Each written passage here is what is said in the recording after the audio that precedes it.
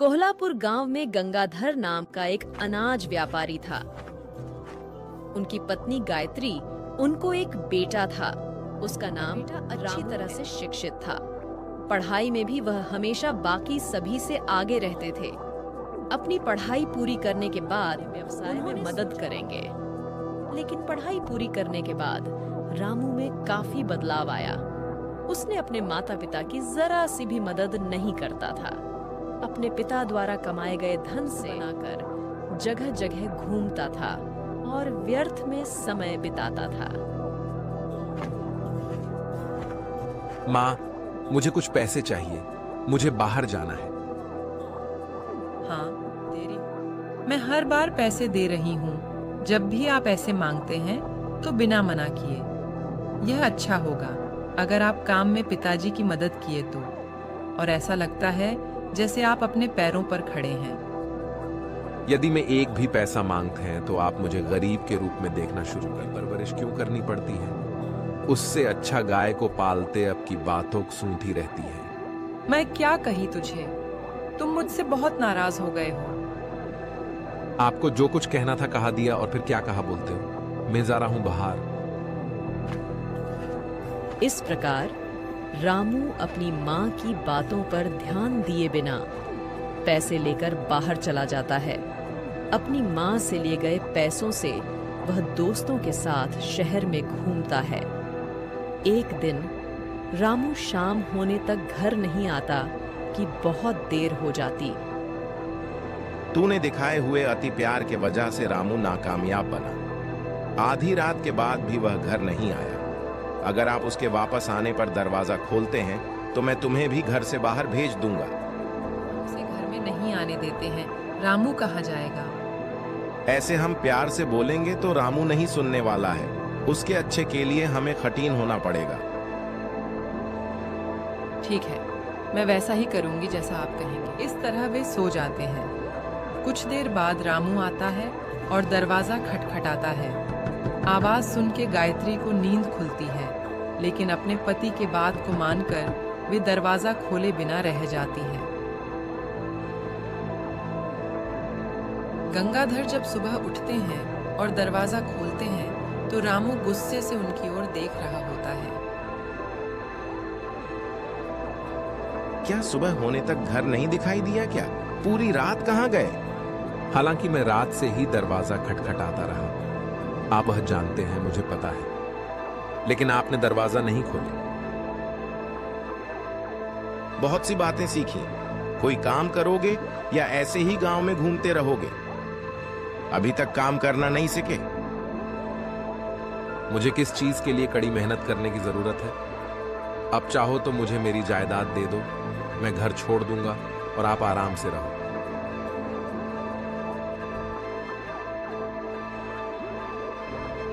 गंगोत्री पिता और बेटे के लड़ाई को रोकने की कोशिश करती है और लड़ाई के बावजूद बेटे को अंदर ले जाने की कोशिश करती है, लेकिन गंगाधर इस बात से सहमत नहीं है। वह गंगोत्री से कहते हैं कि जब तक यह तैर न जाए तुम बीच में मत आना। माँ, अगर वह कहे अंदर आओ तो भी मैं नहीं आऊंगा। अगर तुम मुझे मेरी संपत्ति दे दो तो मैं जाने को तैयार हूँ। फिर गंगाधर घर से एक खाली बैग लेता है और राम के सामने फेंक देता है। तब से संपत्ति संपत्ति कर रहा है। यह तुम्हारी संपत्ति है, इसे ले लो।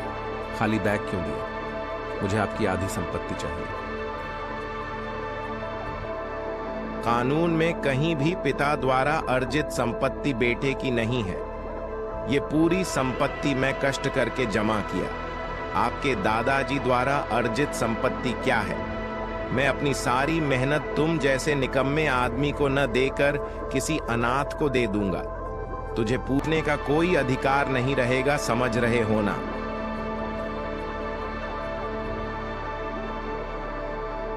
गंगाधर की बात सुनकर राम वह नहीं जानता कि क्या करना है।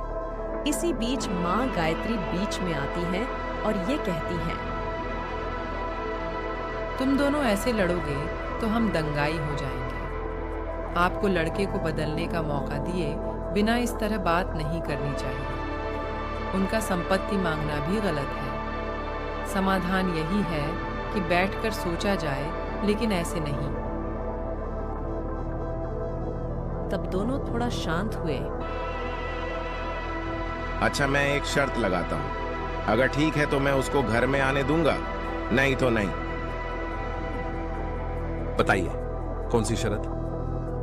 रोज पैसा कमा कर लाओगे तो ही। मैं तुम्हें घर में आने दूंगा, खाना भी मिलेगा, नहीं तो घर में नहीं आना।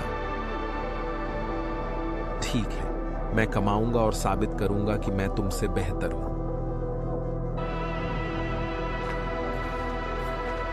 वैसे रामू ने कहा कि वह उस दिन पैसे कमाकर ले आऊंगा।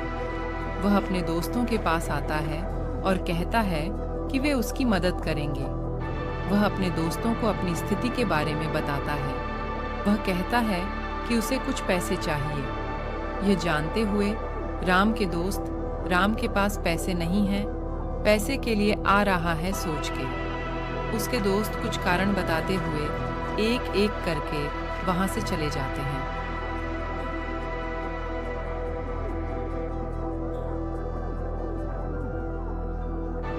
वह अपने पिता के आने से पहले घर चला जाता है। माँ बाहर काम नहीं मिल रहा था। एक दिन के लिए मुझे पैसे दे दो, या पिता मुझे घर के अंदर नहीं आने देंगे। पहले से ही बहुत भूख लगी हुई है। रामू अपनी माँ से पैसे लेता है। पैसे लेने के बाद रामू बाहर जाता है और अपने पिता के आने का इंतजार करता है। गंगाधर के आने के कुछ समय बाद राम घर आता है।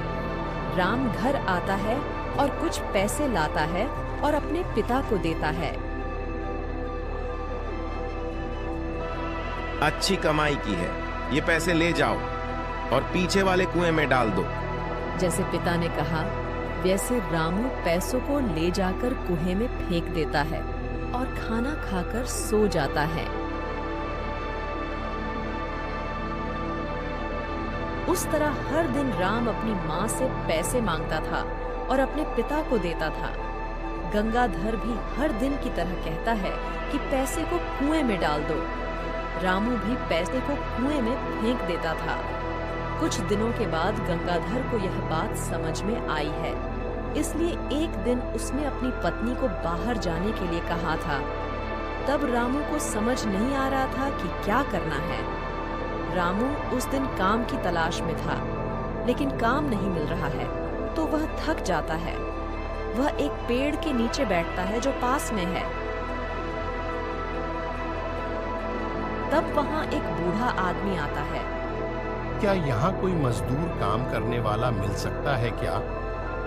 रास्ते में मेरा अनाज के बोरे गाड़ी से नीचे गिर गए। मैं भी मजदूर काम करने वाला हूँ, मुझे पैसे दो, मैं उन अनाज के बोरे को उठाऊंगा। तुम ऐसे नहीं दिखते। आप एक जमींदार के बेटे की तरह लग रहे हैं। मेरे साथ मजाक क्यों? मुझे बताओ कि काम वाले कहाँ मिलेंगे? मैं ऐसा लग सकता हूँ और मुझे लगता है कि मैं अपने पैरों पर खड़ा होना चाहता हूँ। कृपया ना नहीं कहें। तो बूढ़ा आदमी कहता है, ठीक है। राम बहुत मेहनत से अनाज के बोरे गाड़ी में चढ़ाता है। राम को यह काम बहुत मुश्किल लगता है। वह काम पूरा कर लेगा। अगर यह काम नहीं करता है, मेरे पिताजी मुझे घर नहीं आने देंगे। वह सोचकर वह कड़ी मेहनत करता है और उसे पूरा करता है।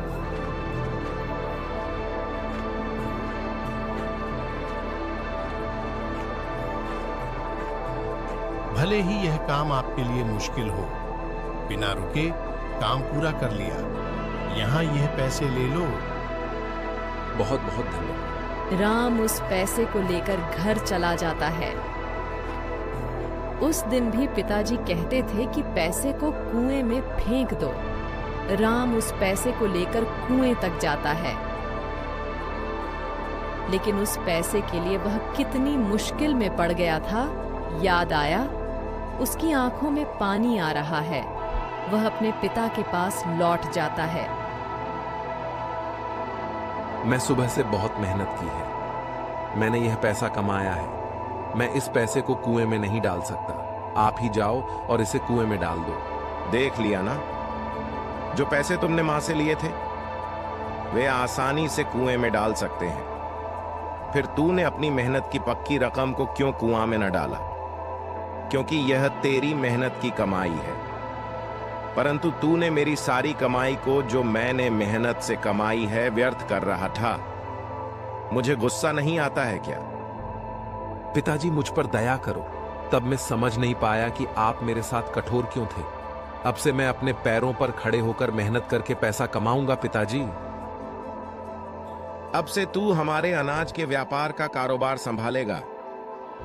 रामू तब से अपनी कठिनाई के साथ अपनी बुद्धि को जोड़ें, उनके अनाज का व्यापार को अच्छी तरीके से विस्तारता है। गंगाधर गायत्री इससे बहुत खुश होते हैं। इस कहानी का अर्थ ये है, जब हमारे पास पैसा होता है तो हर कोई हमारे साथ होता है, लेकिन जब हम मुसीबत में होते हैं तो कोई नहीं होता जो हमारी मदद कर सके। इसलिए हमें दूसरों से ज्यादा अपनी मेहनत पर अधिक भरोसा करना चाहिए। अगर आपको यह कहानी पसंद आई तो इसे लाइक करें। इस तरह के वीडियो के लिए चैनल को सब्सक्राइब करें।